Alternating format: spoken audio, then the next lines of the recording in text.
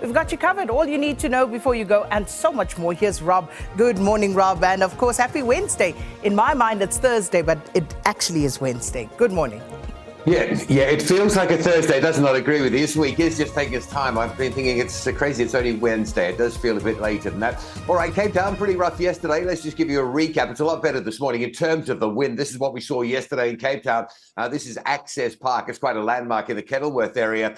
Very strong winds ripping through Cape Town yesterday. Look at that structure. Bang, it comes crashing down. So trees were down. That structure was down. It was a pretty wild Tuesday. But this morning, well, there's still some rain, but not as much wind. Joel Guy's got your full weather update for Cape Town and the nation in just a minute. Now, there is an impact in the train services this morning. This is the Northern Line that runs between Wellington and Kryfontein. You can see the tweet there. Some signal equipment failure at Belleville impacts that line. So the train service has been temporarily suspended between Kryfontein and Belleville. So no trains. If you're on that train service coming through, there's no trains running Kryfontein to Belleville. You're going to have to make your own way between those two areas this morning where you can sort of reconnect with the train service. That's quite a big deal. And more people, more and more commuters on a weekly basis turning to the train. So very important information. That here's also some important information. If you're heading away from the airport at Joburg, OR Tambo in the afternoon, and you want to get through to Tembisa or Pretoria on that R21, this is what we saw yesterday.